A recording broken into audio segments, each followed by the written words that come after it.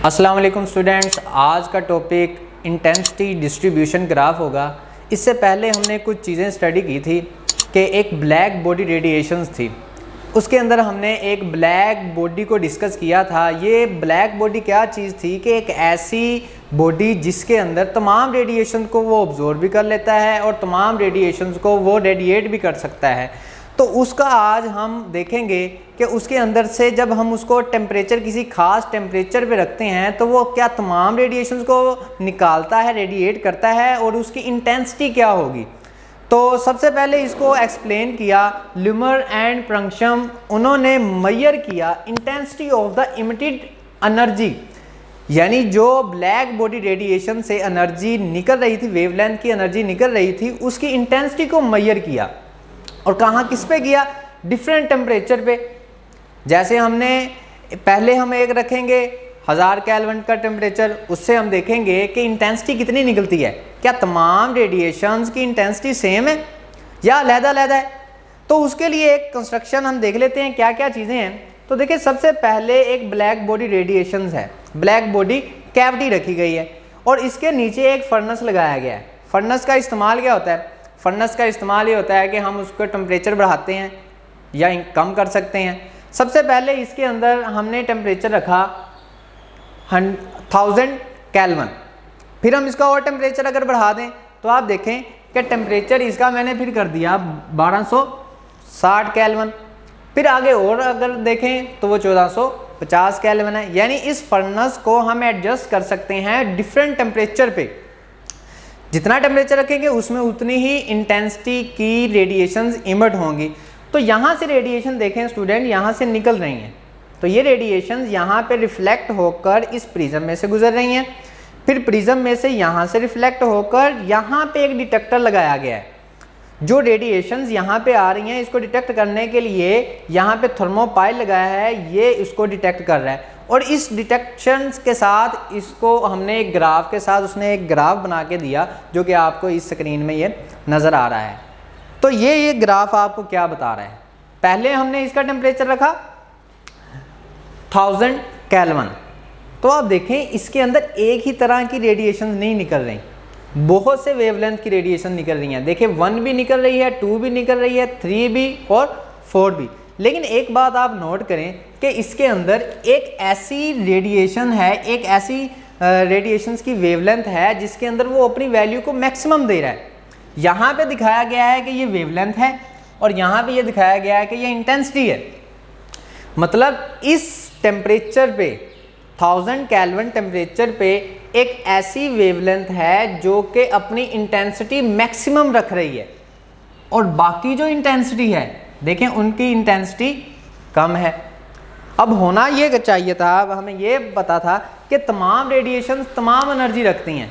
यहाँ पे हमने यह क्या देख रहे हैं कि एक ऐसी रेडिएशन है, एक ऐसी रेडिएशन की वेवलेंथ है जो कि तमाम एनर्जी अपने अंदर रखती है, बहुत ज़्यादा एनर्जी रखती है। तो अगर और टेम्परेचर देखें, जैसे हमने पिछले टॉपिक के अंदर ये बात की थी, टेम्परेचर बढ़ाएंगे तो शॉर्टर वेवलेंथ होती है। तो आप देखें जैसे ही मैंने इसका टेम्परेचर रखा 1260, तो हुआ क्या कि यहाँ से जो 4 थी, लॉन्गर वेवलेंथ थी, वो शिफ्ट हो गई शॉर्टर वेवलेंथ की तरफ। मतलब वही जो कंक्लूजन हमने निकाले थे कि जैसे ही टेम्परेचर बढ़ता है तो उसकी जो वेवलेंथ है वो शॉर्टर की तरफ चली जाती है। लेकिन इसके अंदर एक बात है कि एक ही रेडिएशन है, एक ही रेडिएशन की वेवलेंथ है जो कि मैक्सिमम अपनी इंटेंसिटी रखती है, बाकी की इंटेंसिटी कम है। देखें इसकी इंटेंसिटी को देखें, इसकी इंटेंसिटी को देखें, इसकी इंटेंसिटी को देखें, तो तमाम इंटेंसिटी जो है वो कम है, लेकिन एक लैम्डा है जिसकी मैक्सिमम इंटेंसिटी है। अब और टेम्परेचर को बढ़ाएं, तो टेम्परेचर को बढ़ाएं तो मैंने रख दिया 1450, तो ये किस तरफ शिफ्ट हो गया? फिर ये शॉर्टर वेवलेंथ की तरफ शिफ्ट हो गया। मतलब टेम्परेचर फिर बढ़ने से लैम्डा जो है वो कम हो रहा है, यानी शॉर्टर हो रहा है, लेकिन एक ऐसा लैम्डा है जो कि मैक्सिमम इंटेंसिटी रखता है। तो यहाँ से हमने कंक्लूजन निकाले, यहाँ पे कर्व से जो हम समझ सकते हैं वो क्या क्या चीज़ें हैं। एट अ गिवन टेम्परेचर, एक टेम्परेचर है, energy is not uniformly distribution, यानी एनर्जी इसके अंदर यूनिफॉर्मली डिस्ट्रीब्यूट नहीं हुई। यूनिफॉर्मली कैसी होती है कि ये आपके पास एनर्जी है, ये वेवलेंथ है, तो ये तमाम रेडिएशन एक ही एनर्जी रखती है, तो ये होती है यूनिफॉर्म। लेकिन हमारे पास ग्राफ देखें कैसा मिल रहा है, ग्राफ हमारे पास कुछ इस तरह का मिल रहा है, और यहाँ पे देखें तमाम की रेडिएशंस की जो वेवलेंथ की रेडिएशन है उसकी डिफरेंट वेवलेंथ है और डिफरेंट जो है इंटेंसिटी रखती हैं। तो ये साबित होता है कि ये नॉट यूनिफॉर्मली डिस्ट्रीब्यूटेड है। ओके हो गया। अब दूसरा पॉइंट देखें, एट अ गिवन टेम्परेचर, यही जो बात की कि एक खास टेम्परेचर पे ये मैक्सिमम निकालता है lambda. At a given temperature emitted energy has maximum value of certain lambda। एक खास टेम्परेचर पे एक ऐसी वैल्यू होती है लैम्डा की जहां पे वो मैक्सिमम अपनी वैल्यू देती है, इंटेंसिटी देती है, और उसका जब हम प्रोडक्ट करते हैं, एक इसका टेम्परेचर और दूसरा ये लैम्डा मैक्स की जो वैल्यू होगी, इन दोनों को जब हम प्रोडक्ट करेंगे, दोनों को मल्टीपल करेंगे तो वो हमेशा एक कांस्टेंट वैल्यू देती है।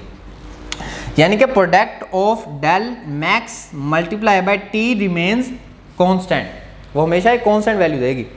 वो क्या है कि del max is equal to constant, constant की एक वैल्यू है 2.9 10 की पावर -3 mK, यानी m जो है वो मीटर लैम्डा होता है, लैम्डा मीटर में मेजर किया जाता है, t जो है वो केल्विन में मेजर किया जाता है, यानी उसका यूनिट जो है वो K होता है। तो इस कांस्टेंट को हम कहते हैं कि ये 1 कांस्टेंट है। ओके हो गया स्टूडेंट।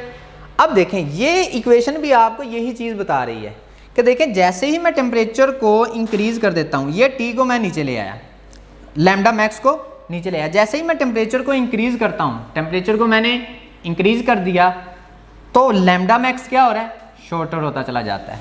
तो आगे यही स्टेटमेंट आपको मिलेगी, जैसे ही मैं टी इंक्रीज करता हूँ तो lambda max shift to shorter wavelength, तो वो शॉर्टर वेवलेंथ की तरफ जाना शुरू हो जाती है।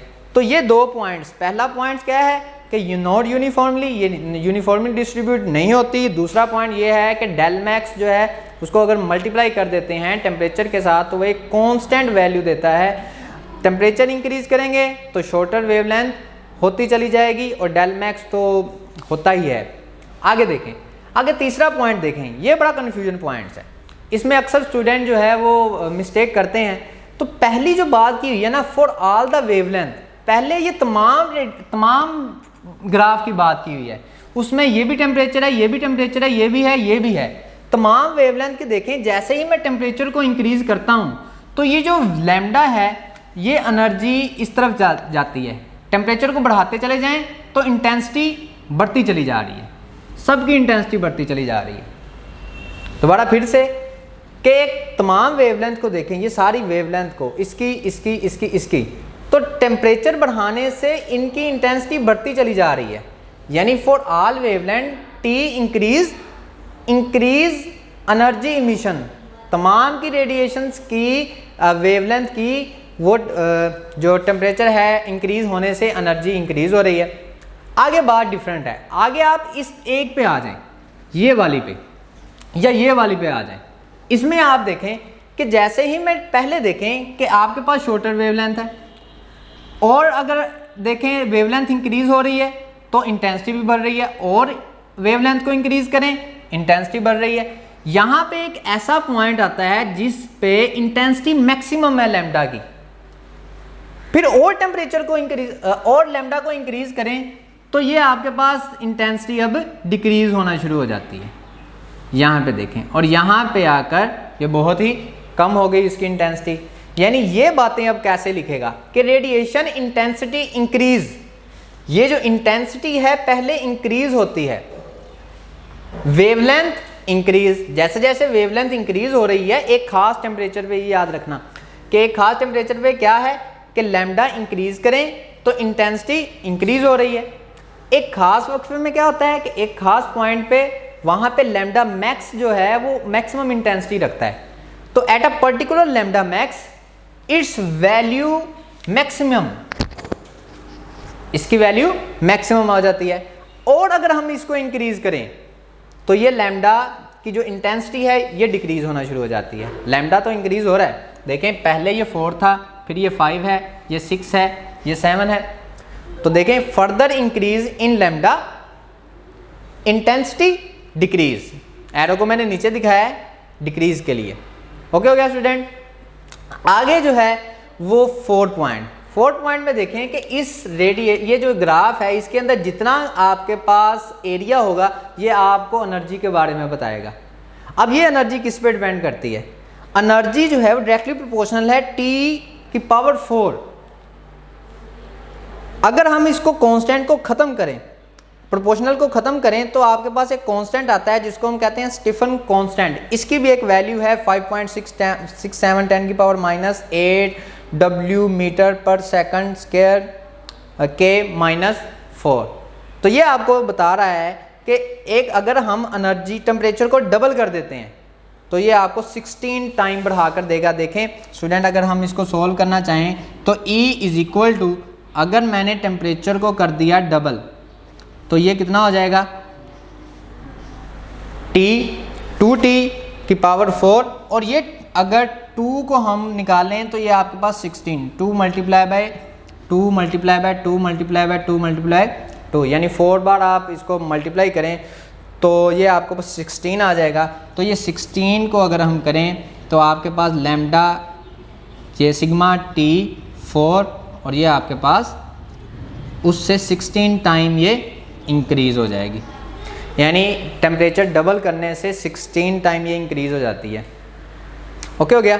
तो ये स्टूडेंट आज का टॉपिक था जो कि एनर्जी डिस्ट्रीब्यूशन ग्राफ था। इसके अंदर हमने ये देखा कि उस ग्राफ से हमें क्या क्या रिज़ल्ट निकलता है। एक फर्नेस पे अगर हम एक ब्लैक बॉडी को रख लेते हैं तो उससे जो इंटेंसिटी निकलती है वो एक जैसी नहीं होती, वो डिफरेंट होती है। हर एक लैम्डा ऐसा होता है जहाँ पे वो अपनी इंटेंसिटी को मैक्सिमम रखता है।